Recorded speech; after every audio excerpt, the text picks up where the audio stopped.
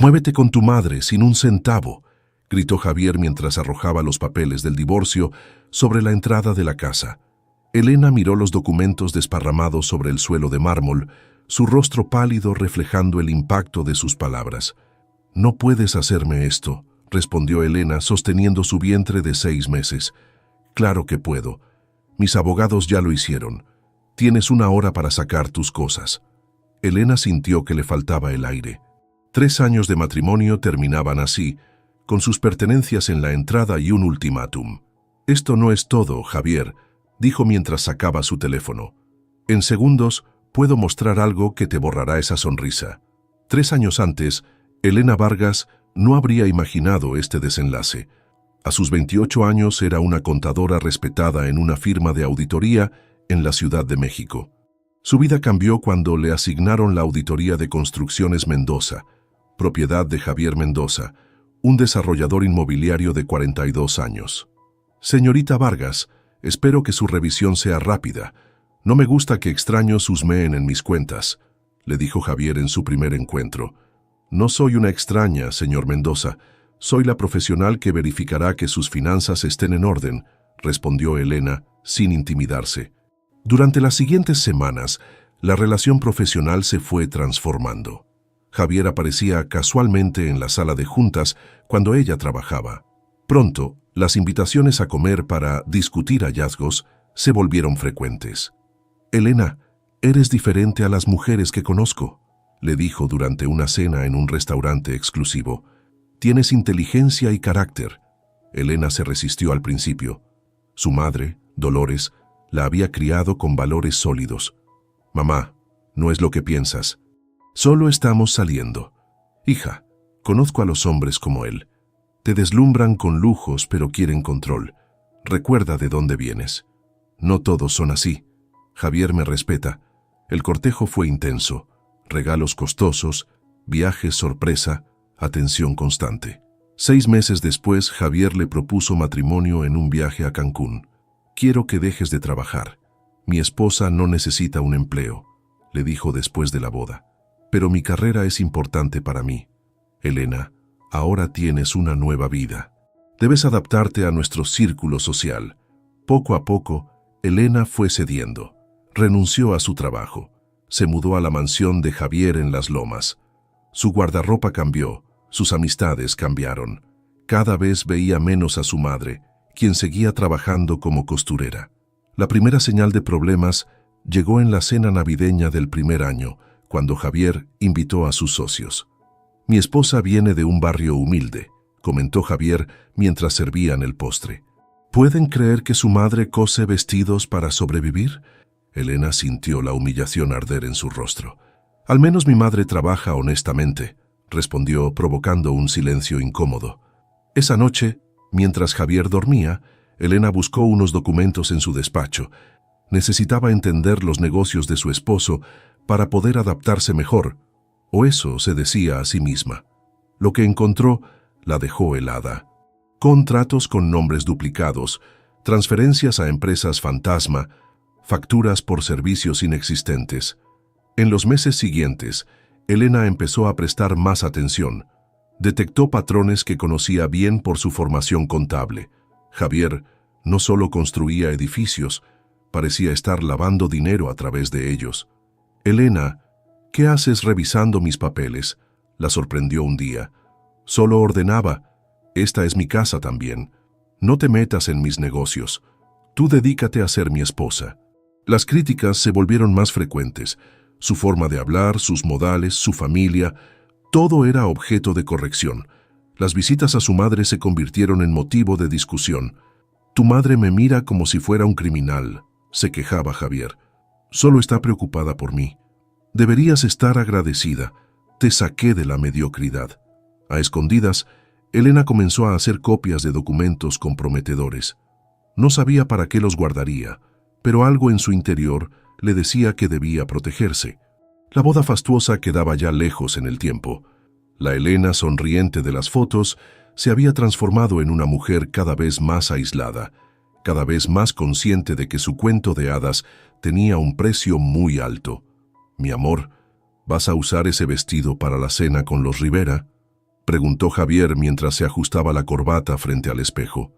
Elena observó su reflejo en el vestidor. El vestido negro que había elegido era elegante pero sencillo. Sí, ¿tiene algo malo? Es demasiado simple. Ponte el que te compré en Milán y usa las joyas que te regalé en nuestro aniversario. Recuerda que Luis Rivera es un inversionista importante. 3 años de matrimonio y cada evento social se había convertido en una prueba. Elena se quitó el vestido negro y sacó el azul con pedrería que costaba más que el sueldo mensual que ganaba como contadora. La vida en la mansión de las Lomas tenía sus reglas no escritas. La libertad que Elena había perdido estaba disfrazada de privilegios. Una empleada para limpiar, otra para cocinar, un chofer para transportarla. Pero no podía salir sin avisar, no podía invitar amigos sin consultar, no podía visitar a su madre sin que Javier hiciera comentarios despectivos después. Sus antiguas amistades se habían ido diluyendo, las llamadas espaciándose hasta volverse ocasionales, luego inexistentes. Su nuevo círculo social consistía en las esposas de los socios de Javier, mujeres que competían por quién llevaba el bolso más caro o quién había visitado el destino más exclusivo. «Deberías considerar operarte la nariz», le sugirió Mariana, esposa de uno de los socios, durante un almuerzo. «Mi cirujano es maravilloso, muy discreto». Elena sonrió cortésmente mientras sentía que cada día perdía un pedazo más de sí misma. Las visitas a su madre se habían reducido a una vez al mes, siempre con la sensación de que abandonaba un mundo para entrar en otro totalmente distinto. «Te veo apagada, hija», le dijo Dolores durante una de esas visitas. «¿Todo está bien con Javier?» «Estamos bien, mamá, solo cansada por los eventos sociales». Dolores la miró con esos ojos que siempre veían más allá de las palabras. «Este delantal lo cosí para ti», le entregó un paquete sencillo, «para cuando quieras cocinar algo como antes». Elena lo guardó en su bolso, sabiendo que nunca lo usaría. La cocina de su casa era territorio de la cocinera, no suyo. La noche de la cena con los Rivera marcó un antes y un después. Elena seguía el protocolo habitual: sonreír, asentir, hacer preguntas adecuadas sobre los hijos y las vacaciones. «¿Y tu familia, Elena?», preguntó la señora Rivera durante el postre. Antes de que pudiera responder, Javier intervino. «Elena viene de un barrio humilde. Su madre es costurera», dijo con un tono que pretendía ser casual, pero que destilaba condescendencia.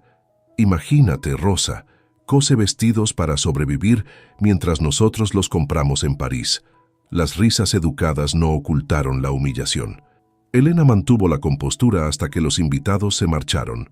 «¿Por qué hiciste eso?», enfrentó a Javier en la sala. «¿Hacer qué?». «Humillarme, hablar de mi madre como si fuera algo vergonzoso». «No exageres, solo mencioné un hecho». «Un hecho que usaste para ridiculizarme. Deberías estar agradecida en vez de quejarte. ¿Crees que estarías en una casa como esta sin mí? ¿Usando joyas como esas?», señaló el collar de diamantes en su cuello. «Te saqué de la mediocridad, Elena». Esa noche, incapaz de dormir junto a él, Elena bajó al despacho. Necesitaba aire, espacio para pensar. Sin planearlo, abrió el archivo donde Javier guardaba documentos. Como contadora, los números siempre le habían hablado, y estos gritaban irregularidades. Proyectos con presupuestos inflados, facturas duplicadas, empresas contratistas que aparecían y desaparecían. Elena fotografió varios documentos con su celular, movida por un instinto de autoprotección. Los días siguientes prestó más atención. Notó llamadas que Javier tomaba en privado, reuniones con personas que nunca presentaba, maletines que llegaban y no se registraban. El imperio inmobiliario de su esposo parecía tener cimientos de arena. Intentó retomar contacto con antiguos colegas, pero Javier monitoreaba sus llamadas. Finalmente logró comunicarse con Ricardo Fuentes, su antiguo compañero de trabajo, ahora en la unidad de delitos financieros. «Necesito verte», le dijo en una llamada rápida desde un teléfono público cerca del supermercado. Se encontraron en una cafetería del centro, lejos de las Lomas. «Te ves diferente», comentó Ricardo. «La vida de casada», respondió ella con una sonrisa que no llegó a sus ojos. ¿Qué ocurre, Elena? ¿Qué sabes de Construcciones Mendoza? Ricardo la miró fijamente antes de responder. Oficialmente, nada. Extraoficialmente están en nuestro radar. ¿Por qué? Creo que mi esposo está involucrado en operaciones ilícitas. Elena, si tienes información, necesito que seas muy cuidadosa. Esta gente no juega limpio. Esa conversación cambió todo. Elena comenzó a documentar sistemáticamente las operaciones sospechosas, creando un archivo encriptado en una cuenta de correo que Javier desconocía. Una mañana, mientras se preparaba para un chequeo médico rutinario, sintió un mareo fuerte. La noticia la tomó por sorpresa. Estaba embarazada. El embarazo pareció ablandar a Javier temporalmente. Se mostró atento, incluso redujo sus críticas. La ilusión de un hijo parecía dar un nuevo propósito a su matrimonio fracturado.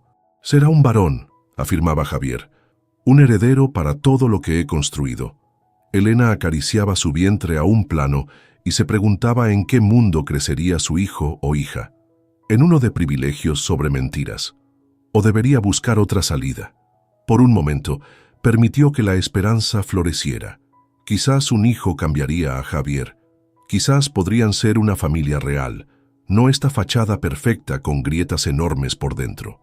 «Te prometo que seré mejor», le dijo Javier una noche acariciando su mejilla. «Este bebé lo cambia todo». Elena quiso creerle. Necesitaba creerle. Pero los documentos que seguía encontrando contaban una historia diferente. Una historia de corrupción que crecía como una sombra sobre la aparente vida perfecta que llevaban. El teléfono de Javier vibró sobre la mesa del comedor mientras desayunaban. Elena notó cómo él lo volteó rápidamente, ocultando la pantalla. «¿Quién te busca tan temprano?», preguntó casualmente. «Negocios», respondió cortante. «Tengo una reunión importante hoy. No me esperes para cenar». Ya llevaban 3 años casados y estas reuniones importantes se habían vuelto más frecuentes. Elena, con 5 meses de embarazo, se acarició el vientre mientras veía a Javier salir apresurado. La casa se sentía cada vez más como una jaula de oro. A pesar de los 500 metros cuadrados de lujo, Elena apenas ocupaba 3 espacios: su recámara, la terraza y ocasionalmente la cocina, donde la cocinera le preparaba los tés de hierbas que su madre le enviaba para el embarazo. Dolores intentaba mantenerse presente en la vida de su hija, a pesar de las restricciones implícitas que Javier imponía. «Hija, ¿por qué no vienes a comer el domingo? Haré chilaquiles como te gustan», le propuso su madre por teléfono. «No sé si pueda, mamá». Javier mencionó algo sobre un brunch con sus socios. «Elena, hace un mes que no te veo. Tu propia madre tiene que pedir cita para verte». El comentario dolió porque era verdad. Elena prometió intentarlo, sabiendo que enfrentaría la mirada desaprobatoria de Javier. Cuando le mencionó la invitación durante la cena, la reacción fue la esperada. «¿No puedes ir otro día? Sabes que los domingos son importantes para las relaciones sociales.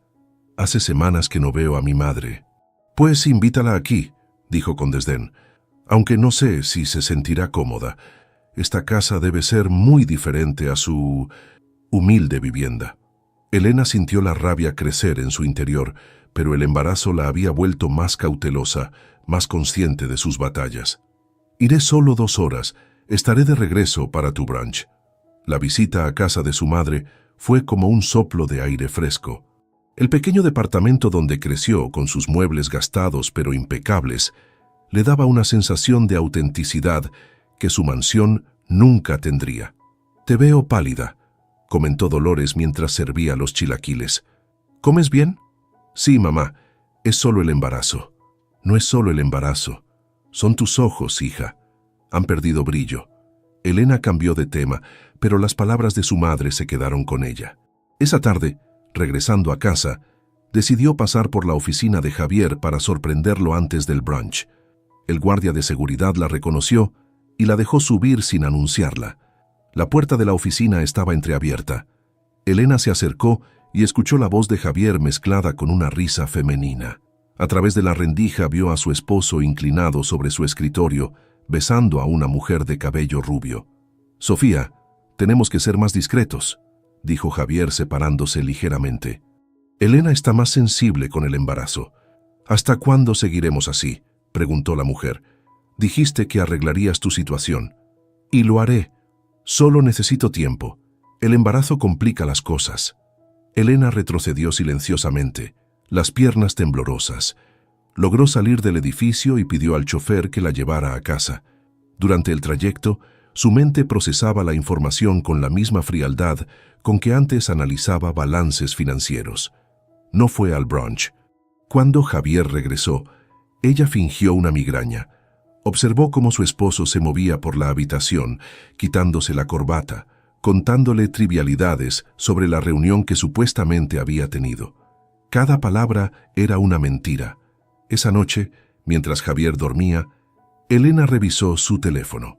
Los mensajes con Sofía Lara, agente inmobiliaria que trabajaba para su empresa, confirmaban una aventura de al menos 6 meses. En los días siguientes, Elena intensificó su documentación de las actividades financieras de Javier. Ya no era solo por protección, ahora buscaba una salida. Ricardo le había proporcionado información sobre cómo asegurar los archivos, creando copias en servidores seguros. Si lo que sospechas es verdad, estamos hablando de delitos graves, le advirtió Ricardo durante otro encuentro clandestino. Lavado de dinero, evasión fiscal, posiblemente vínculos con organizaciones criminales. ¿Cuánto tiempo llevan investigándolo? No puedo darte detalles, pero no eres la única que ha notado irregularidades. El embarazo avanzaba y la relación se deterioraba. Javier fluctuaba entre momentos de aparente preocupación por su estado y largos periodos de ausencia. Elena comenzó a sentir contracciones prematuras que el doctor atribuyó al estrés. Una tarde, no pudo contenerse más.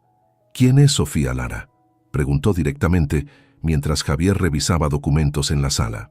La expresión de sorpresa en su rostro rápidamente se transformó en frialdad. ¿Me estás espiando?, responde la pregunta Javier. Es una colega. ¿Por qué? ¿Los colegas se besan sobre escritorios? El silencio que siguió fue más revelador que cualquier confesión. Javier no negó nada. Estás embarazada y emocional. No quiero discutir esto ahora. Te vi con ella, en tu oficina. Los escuché hablar de mí. Javier se pasó la mano por el cabello. Un gesto que Elena había aprendido a reconocer como señal de frustración contenida. ¿Qué quieres que te diga? Sí, tengo una relación con Sofía. Ha estado ahí cuando tú solo te quejas y cuestionas mis negocios. Las palabras golpearon a Elena como bofetadas. No esperaba una confesión tan directa, tan carente de remordimiento. Estoy esperando a tu hijo, fue lo único que pudo decir. Y me haré cargo. Pero nuestro matrimonio terminó hace tiempo, Elena. Ambos lo sabemos. Esa noche las contracciones se intensificaron. Para cuando llegaron al hospital, Elena sangraba profusamente. Los médicos lograron estabilizarla, pero le advirtieron que debía guardar reposo absoluto. Durante su semana de hospitalización, Javier apenas apareció, siempre con excusas de trabajo. Cuando los médicos finalmente le dieron el alta, con la recomendación de reposo, Elena regresó a una casa diferente.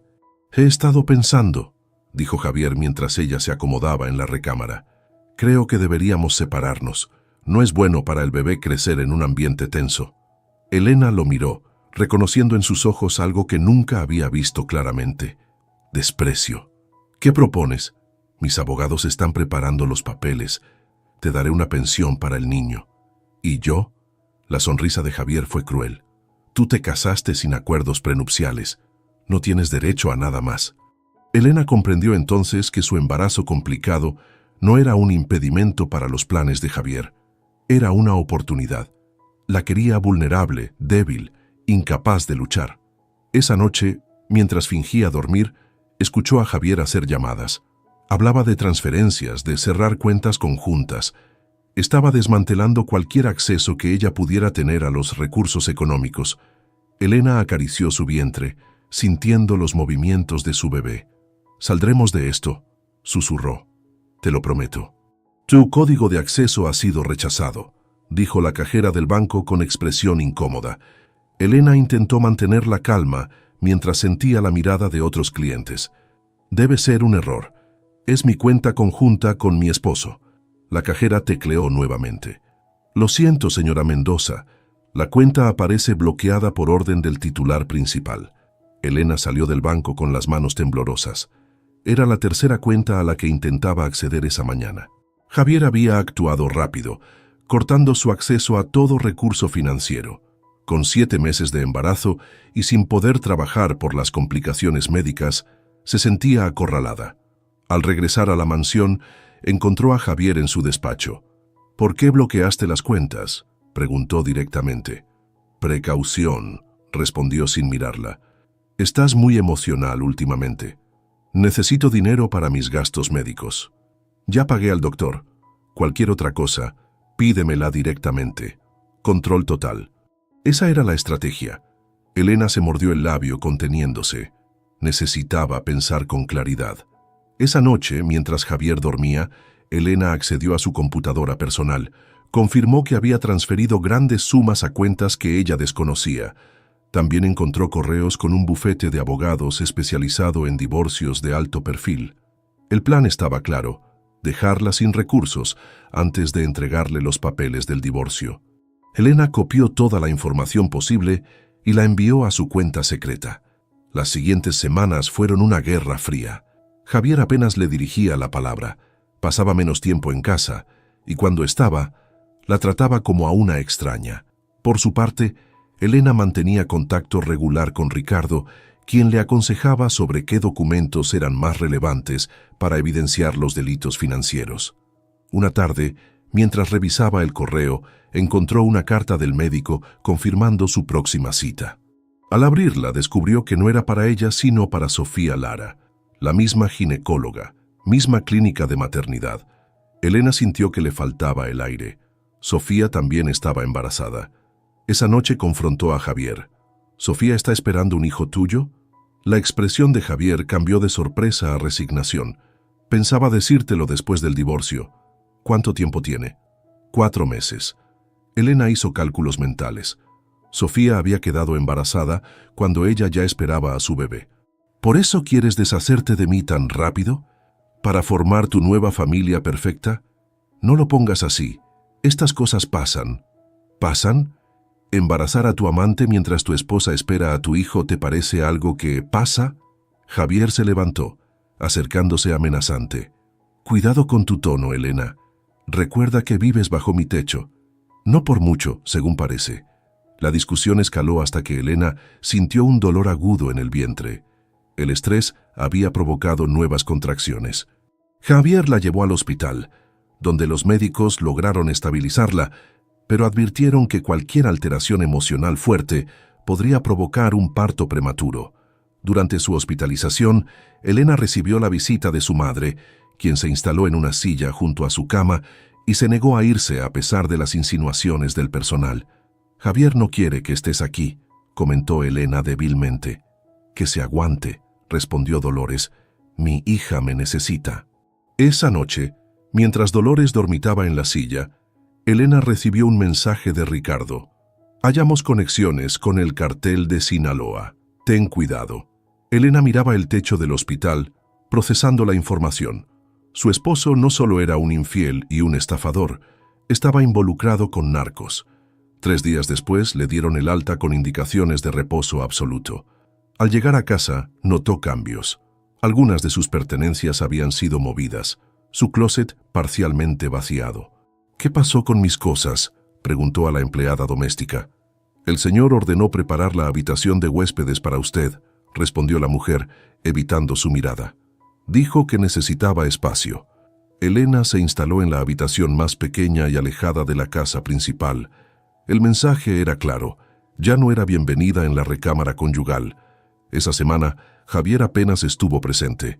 Cuando aparecía, la tensión era palpable. Elena utilizaba ese tiempo para documentar más información y asegurarla en su nube privada.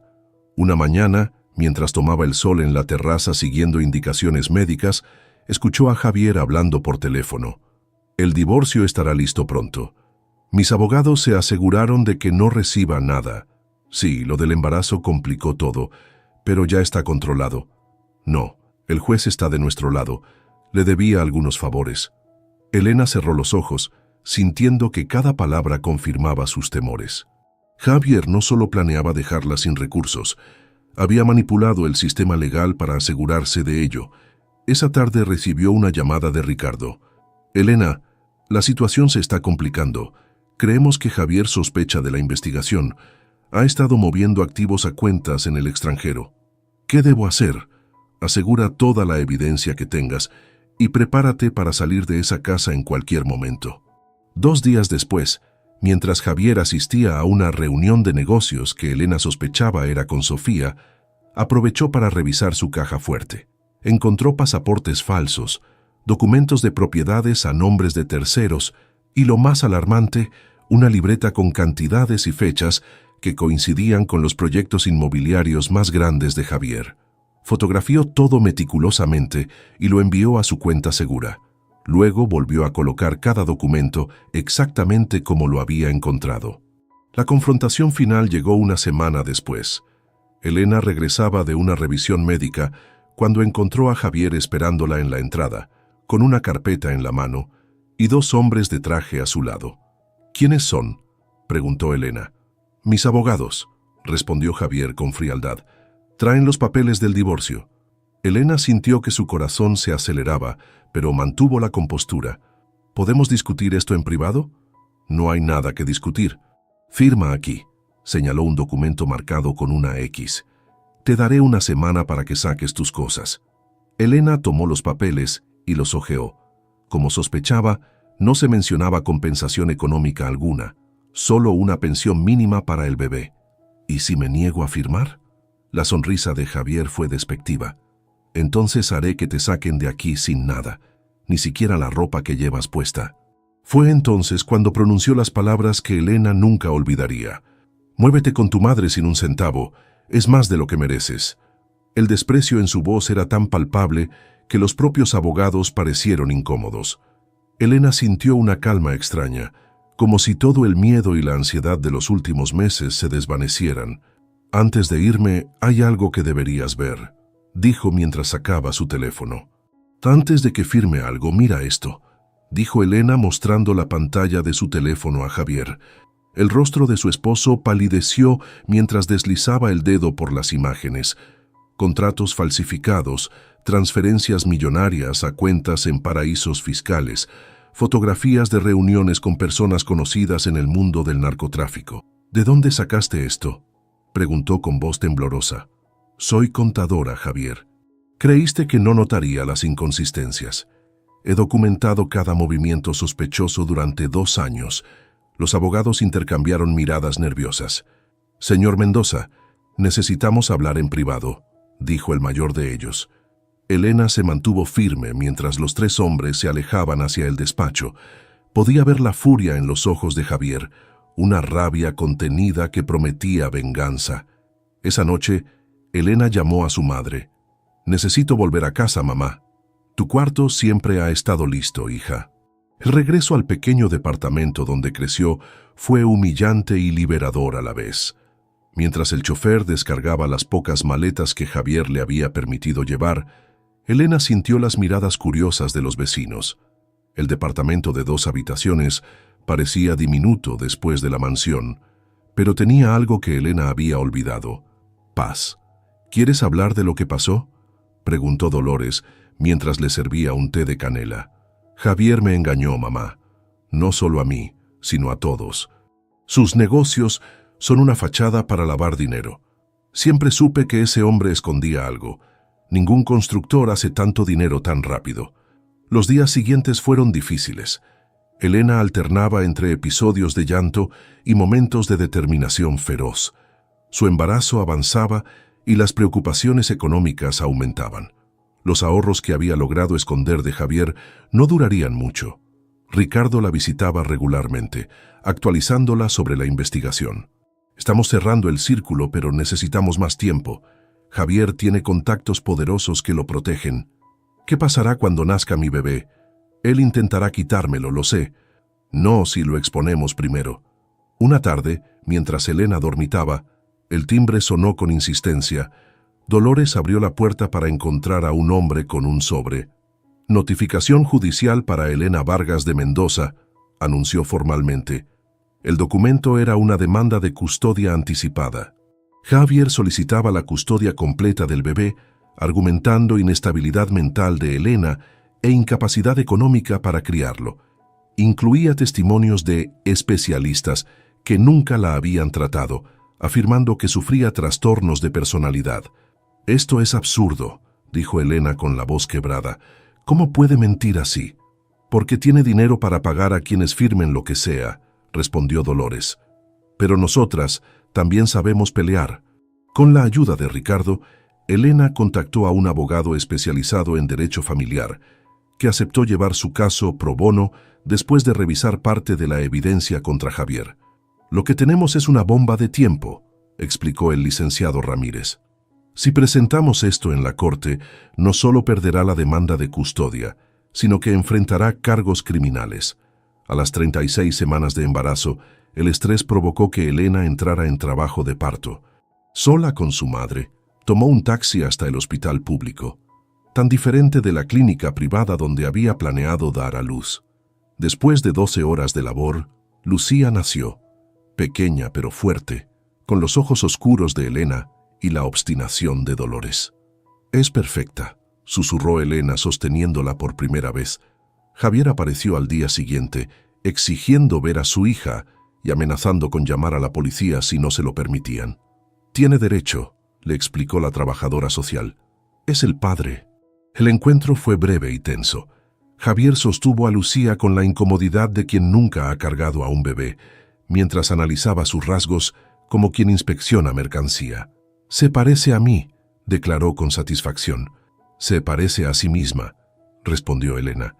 Antes de marcharse, Javier se inclinó y susurró: «Disfrútala mientras puedas. Cuando el juez vea dónde vives y cómo vives, me dará la custodia completa».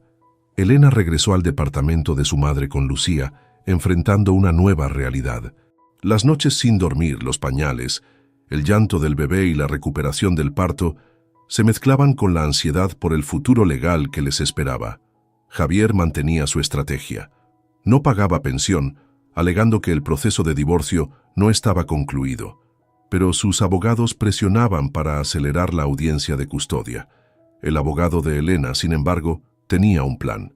Durante semanas habían estado organizando la evidencia, creando una cronología clara de las actividades ilícitas de Javier. «No podemos presentarlo todo de golpe», explicó Ramírez. «Debemos ser estratégicos.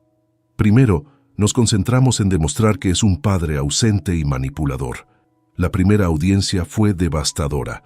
Los abogados de Javier presentaron fotos del departamento de Dolores, contrastándolas con imágenes de la mansión.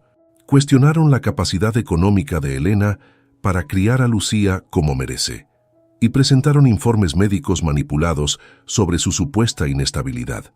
«Tengo testimonios de 5 especialistas que indican que la señora Vargas sufre de trastornos psicológicos agravados por el posparto», argumentó el abogado de Javier. «Por el bien de la menor, solicitamos custodia completa para el padre, con visitas supervisadas para la madre». Elena apretaba la mano de su abogado, sintiendo que su mundo se derrumbaba nuevamente. «Su señoría, solicito tiempo para presentar nuestra respuesta», pidió Ramírez. «Tienen una semana», concedió el juez. Esa noche, Elena lloró abrazada a Lucía. «No dejaré que te lleven», le prometió. «Nunca». Ricardo apareció a la mañana siguiente con noticias importantes. «Tenemos una orden para acceder a todas las cuentas corporativas de Construcciones Mendoza. Estamos cerca». «¿Cuánto tiempo tomará?» «La audiencia es en 6 días. Trabajaremos contrarreloj». Durante esa semana, Elena apenas durmió. Cuando no atendía a Lucía, revisaba documentos con Ramírez, preparando su defensa. Dolores se convirtió en su pilar, cuidando a la bebé mientras ella organizaba su caso, preparándole comidas que apenas probaba, recordándole que era más fuerte de lo que creía. «Tu padre estaría orgulloso», le dijo una noche. «Siempre decía que tenías más coraje que todos nosotros juntos». La mañana de la audiencia decisiva, Elena vistió a Lucía con un conjunto que ella misma había cosido, siguiendo las enseñanzas de su madre. Se puso el único traje formal que conservaba de su época de contadora y respiró profundo. «¿Estás lista?», afirmó Dolores ajustándole el cuello de la blusa. «Ve y recupéralo todo». En el juzgado, Javier la esperaba con su séquito de abogados y una nueva adquisición. Sofía, con un embarazo ya visible, sentada discretamente en la última fila. Cuando comenzó la audiencia, Elena notó algo extraño. El principal abogado de Javier parecía nervioso, consultando constantemente su teléfono. «Su señoría», antes de continuar, intervino Ramírez, «quisiera presentar nueva evidencia que demuestra que el señor Mendoza no solo es un padre ausente, sino que ha utilizado métodos coercitivos para separar a mi cliente de su hija». El juez permitió la presentación.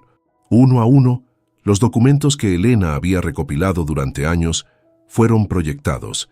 Transferencias sospechosas, contratos falsificados, reuniones con personas vinculadas al crimen organizado. «Esto es irrelevante para el caso de custodia», protestó el abogado de Javier. «Al contrario», respondió Ramírez, «demuestra el carácter moral del demandante y los riesgos a los que expondría a la menor». Javier se inclinó hacia su abogado, susurrando furiosamente. La tensión en la sala era palpable. Fue entonces cuando las puertas del juzgado se abrieron y entraron dos agentes federales.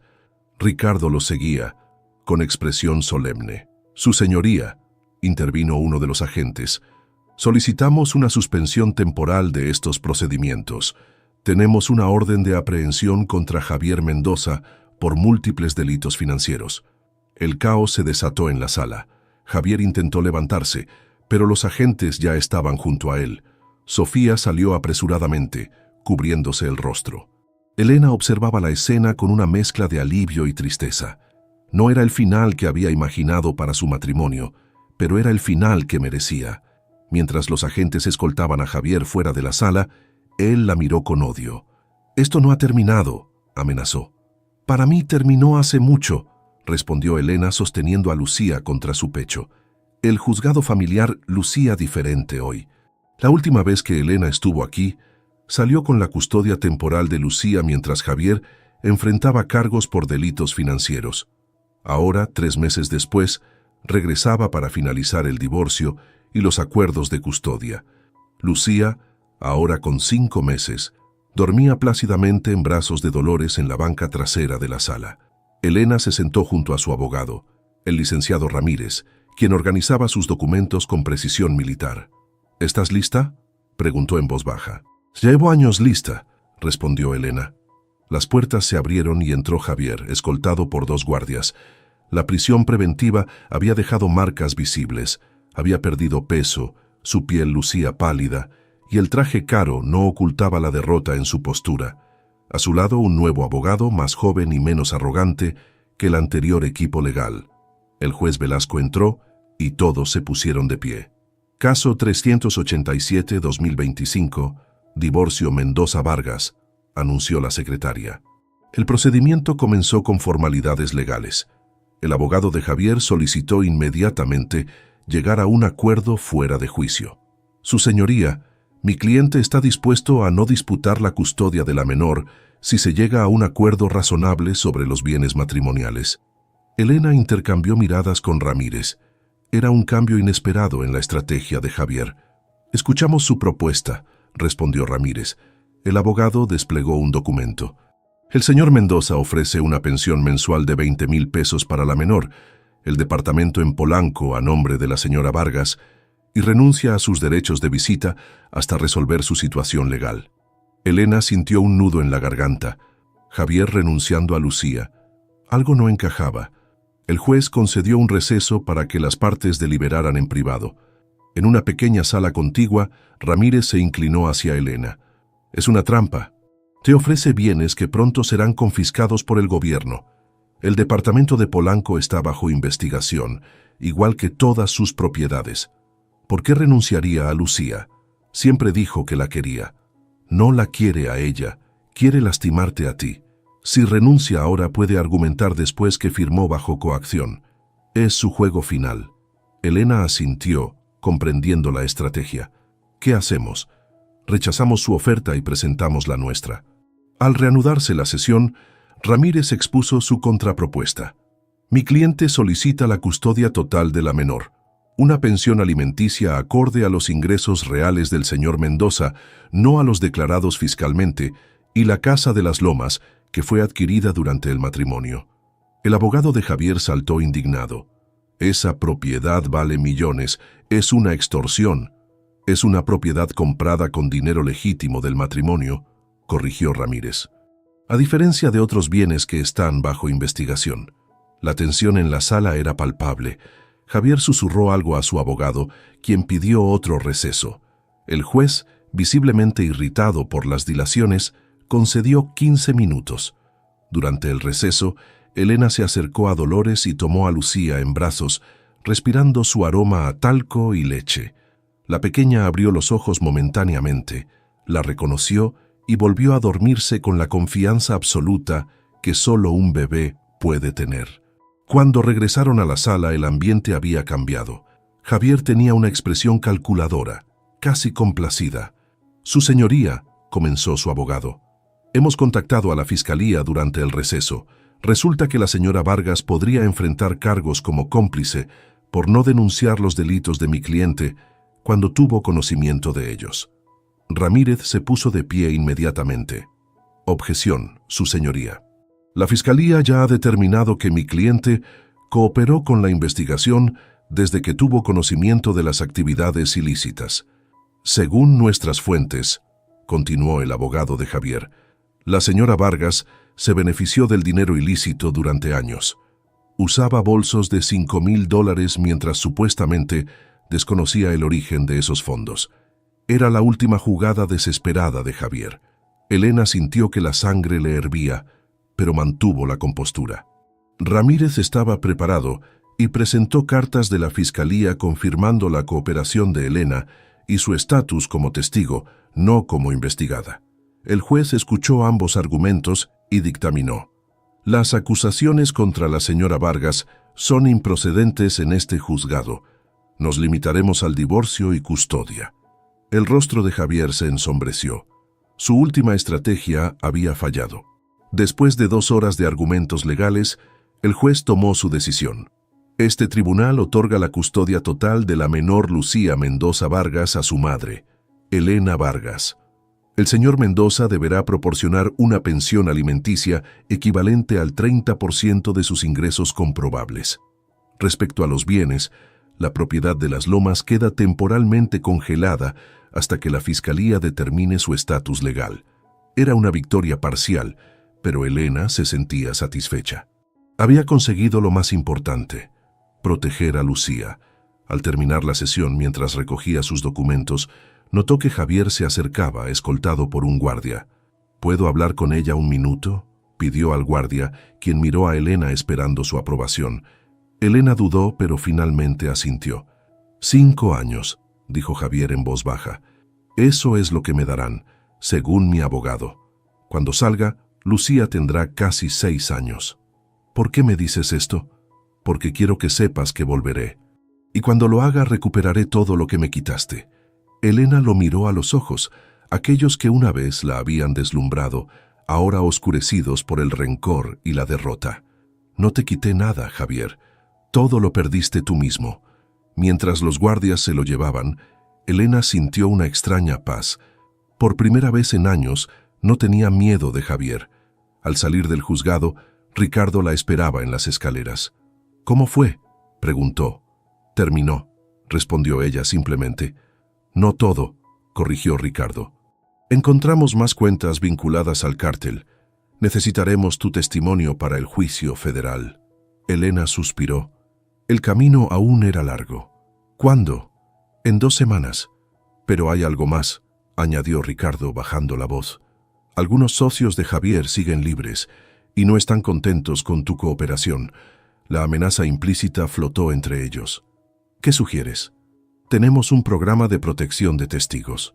Elena miró hacia donde estaba su madre con Lucía, esperando junto al taxi. «No voy a esconderme, Ricardo.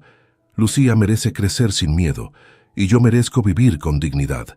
Al menos acepta protección temporal». Elena asintió, reconociendo la sensatez del consejo. Esa noche, en el departamento de su madre, mientras Lucía dormía en su cuna improvisada, Elena revisó los documentos del divorcio. Su matrimonio había terminado oficialmente. Ya no era Elena de Mendoza, sino Elena Vargas nuevamente. ¿Qué piensas hacer ahora?, preguntó Dolores sirviéndole un té de manzanilla.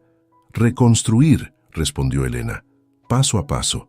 Sobre la mesa estaba una carta de su antigua firma contable, ofreciéndole regresar como consultora en casos de fraude financiero. Era una oportunidad para usar su experiencia de manera positiva. Vendí las joyas que me regaló Javier, confesó a su madre. Con ese dinero podríamos rentar un departamento más grande, con una habitación para cada una. Dolores sonrió apretando su mano. Siempre has sido fuerte, hija, igual que tu padre. Elena miró hacia la cuna donde dormía Lucía. Su hija no tendría los lujos que Javier había prometido, pero tendría algo más valioso. Una madre que luchó por ella, una abuela que nunca se rindió y una herencia de dignidad que ninguna fortuna podía comprar. El juicio federal contra Javier se acercaba. Habría más batallas, más declaraciones, más pruebas que presentar. Los socios de Javier seguían siendo una amenaza nebulosa. Pero por primera vez en años, Elena no sentía que caminaba sobre arenas movedizas. Esa noche, antes de dormir, recordó el momento en que mostró a Javier las evidencias de sus crímenes, cómo su expresión arrogante se transformó en miedo. No había sido un acto de venganza, sino de justicia, no solo por ella, sino por todos los que habían sido víctimas de su avaricia. «Muévete con tu madre sin un centavo», le había dicho con desprecio. Pero Elena había recuperado algo que valía más que todos los millones de Javier: su libertad, su dignidad y su futuro. Y eso nadie se lo quitaría jamás. 2 años después, la oficina de Vargas Consultoría Financiera Forense ocupaba un modesto pero elegante espacio en un edificio del centro. Desde la ventana del segundo piso, Elena podía ver el bullicio de la ciudad, tan distinto al aislamiento que había experimentado en la mansión de las Lomas. «Licenciada Vargas, su próxima cita llegó», anunció Marisol, su asistente, por el intercomunicador. «Hazlo pasar, por favor».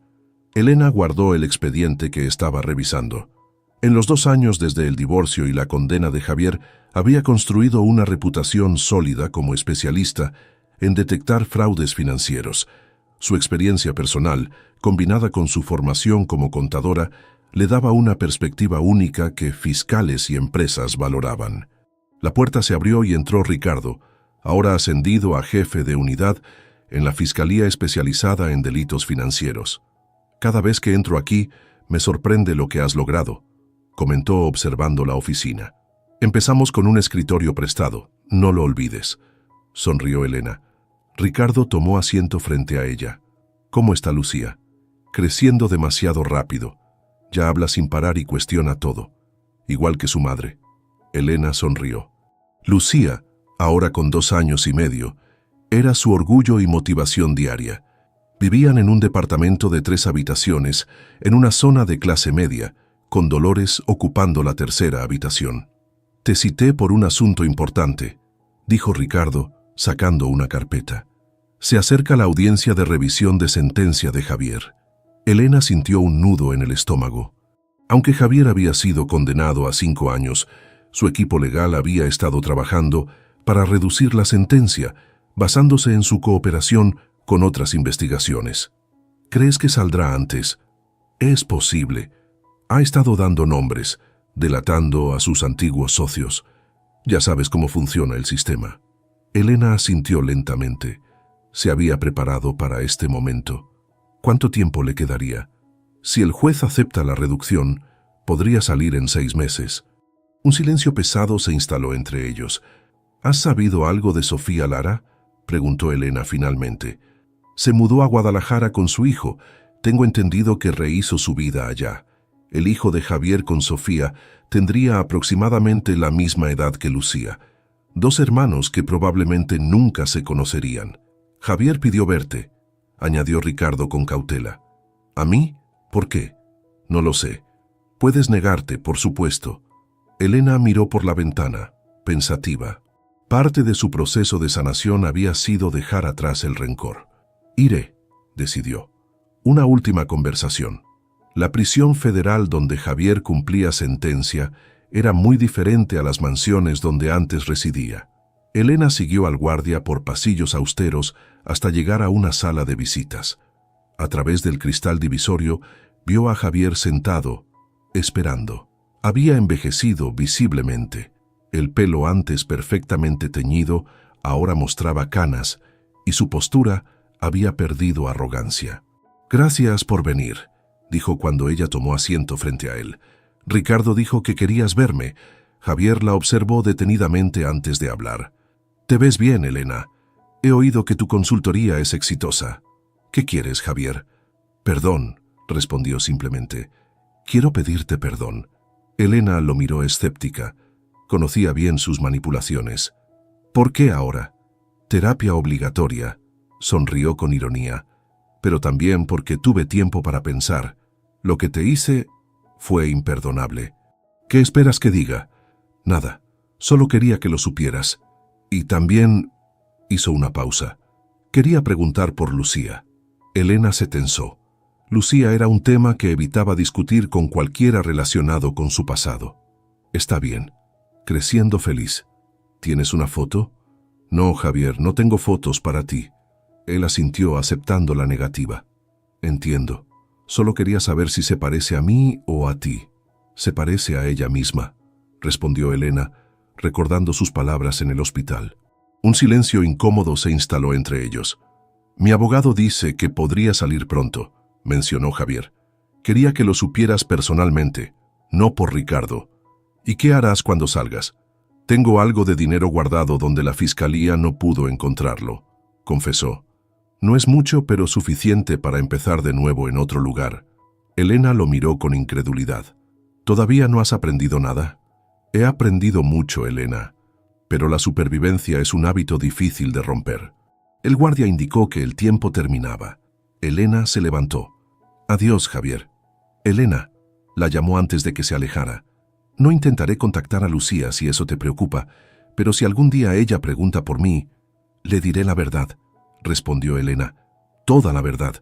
Esa tarde, al salir del trabajo, Elena recibió un mensaje de Antonio, un profesor universitario que había conocido durante un seminario sobre ética financiera. La invitaba a cenar el sábado. Era la tercera invitación que recibía de él. Al llegar a casa, encontró a Dolores ayudando a Lucía a dibujar en la mesa de la cocina. «¡Mami!», gritó la pequeña corriendo hacia ella. «Hice un dibujo para ti». Elena la alzó en brazos, besando sus mejillas regordetas. «¿Cómo te fue?», preguntó Dolores percibiendo su tensión. «Vi a Javier hoy». Dolores dejó los lápices sobre la mesa. «¿Qué quería?». «Supuestamente, pedir perdón, y saldrá pronto de prisión». «¿Temes que intente algo?». Elena negó con la cabeza. «No, creo que realmente ha terminado, al menos esa parte de nuestra historia». Mientras preparaban la cena, el teléfono de Elena vibró con otro mensaje de Antonio. «¿Pensaste en lo del sábado?». Dolores la observó dudar. «Deberías ir», dijo suavemente. «Te hará bien salir con alguien que no hable de estados financieros». «No estoy lista para una relación». «Nadie habló de relación, es solo una cena».